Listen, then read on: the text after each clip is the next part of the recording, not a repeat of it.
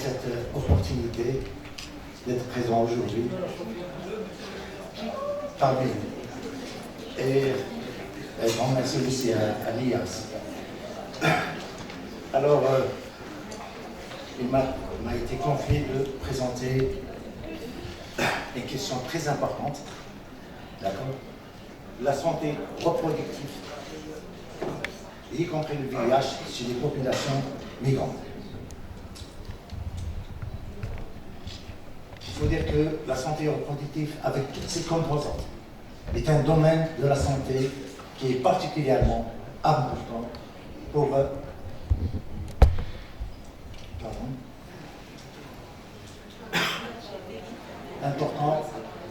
les populations migrantes, car il est influencé par un large éventail de facteurs tels que l'accès à la prévention, aux soins et aux traitements, la stigmatisation, la discrimination et les conditions de vie difficiles. Le VIH est également une préoccupation importante pour les populations migrantes, la mobilité étant un facteur de vulnérabilité supplémentaire, ainsi que le parcours migratoire souvent chaotique, à savoir les violences, les viols, les agressions sexuelles. Voilà.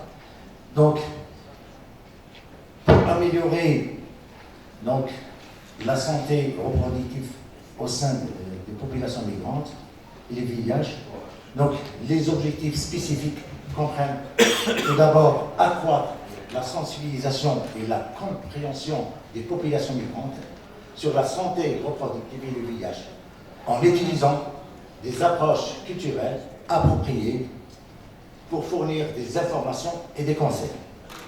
Le deuxième objectif, c'est améliorer l'accès aux soins de santé reproductive pour les populations migrantes, en particulier pour les soins prénatals, la contraception, les soins de santé liés à la grossesse et l'accouchement. Le troisième point, c'est réduire la stigmatisation et la discrimination liée au VIH chez les populations migrantes, en mettant en place des programmes de sensibilisation et de plaidoyer. Je termine. Le dernier objectif, c'est de mettre en place des interventions de prévention combinées, telles que la distribution des préservatifs, la promotion de l'utilisation de la PrEP, la promotion du dépistage régulier du VIH, des autres IST et la réduction des comportements à risque. Pour accomplir ces objectifs spécifiques dans le but d'améliorer l'accès aux soins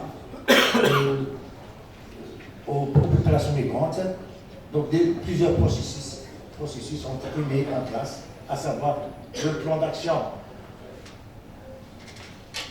dans le but de réduire la discrimination et la stigmatisation. Tout d'abord, améliorer l'accès aux services de santé reproductive et le VIH des populations migrantes. Comment? Il est capital par la mise en place des services de santé adaptés aux besoins spécifiques des populations migrantes, réduction des barrières financières à l'accès des soins de santé. Le deuxième plan d'action, c'est amélioration de l'accès à l'information sur la santé reproductive et le VIH des populations migrantes par la réalisation des campagnes de sensibilisation pour améliorer l'accès à l'information sur la santé reproductive et le VIH, former des pères éducateurs et éducatrices sur les informations de la santé à d'autres migrants. Utilisation des médias sociaux et des technologies de l'information pour diffuser des informations sur la santé. Le troisième plan d'action, c'est le renforcement des capacités du personnel de santé pour répondre aux besoins spécifiques des populations migrantes en matière de santé reproductive et du VIH. Formation du personnel de santé sur les besoins spécifiques des populations migrantes en matière de santé reproductive et du VIH. Sensibilisation du personnel de santé à la culture, à la diversité linguistique et à la diversité des expériences migratoires.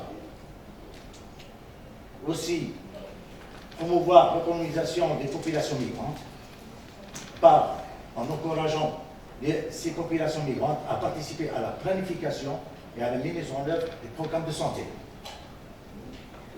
Impliquer les populations migrantes dans la définition des propriétés en matière de santé et la conception des interventions et fourniture des services de santé culturellement adaptés pour les populations migrantes. Élimination de la discrimination et de la stigmatisation envers les populations migrantes par la sensibilisation de la population à la diversité culturelle, promouvoir l'inclusion et l'égalité d'accès aux services de santé et le renforcement des efforts pour réduire la stigmatisation et la discrimination envers les populations migrantes. Et bien entendu, ces plans d'action doivent être donc, mis pour une bonne surveillance, une évaluation continue, par la mise en place des systèmes de surveillance pour suivre l'accès aux services de santé reproductifs et du VIH pour les populations migrantes. Évaluation régulière de l'efficacité de ces interventions pour les populations migrantes en matière de santé reproductive et du VIH. Utilisation des résultats de surveillance et d'évaluation continue régulière pour adapter et améliorer ces interventions en matière de santé reproductive et de VIH pour les populations migrantes. Ça, c'est des actions et des recommandations. Je vais conclure.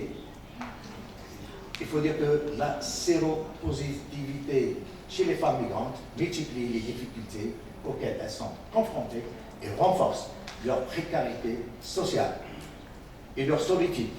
Pour cela, les femmes se retournent vers des associations et des assistantes sociales. Ceci reste un appui fondamental dans la lutte contre la maladie. Il faut dire que le VIH-Sida reste encore au sein de la communauté migrante une maladie qui stigmatise les personnes atteintes. Il est essentiel de sensibiliser les professionnels à la situation des femmes migrantes afin d'obtenir un accueil et une prise en charge optimale de celles-ci, dans le contexte sensible que représente la grossesse. La prise en charge multidisciplinaire est cruciale pour les femmes migrantes atteintes du VIH pendant leur grossesse. Cela signifie que plusieurs professionnels de la santé, tels que les obstétriciens, les infectiologues, des pédiatres, des virologues, des pharmaciens, des travailleurs sociaux, qui travaillent ensemble pour assurer une prise en charge complète et cohérente des patientes. Les équipes spécialisées sont également essentielles pour garantir que les femmes reçoivent des soins appropriés, adaptés à leurs besoins spécifiques. Il est important de maintenir un engagement continu envers l'inclusion et l'équité en matière de santé pour toutes les populations, y compris les populations migrantes. Cela signifie travailler à éliminer les barrières structurelles et systémiques qui limitent l'accès des populations migrantes aux services de santé reproductifs et de VIH, tout en promouvant l'égalité d'accès et de traitement. Les plans d'action doivent être élaborés dans le cadre d'une approche globale visant à améliorer la santé reproductive et le VIH pour tous, en mettant l'accent sur les populations les plus vulnérables, y compris les populations migrantes. Et merci pour votre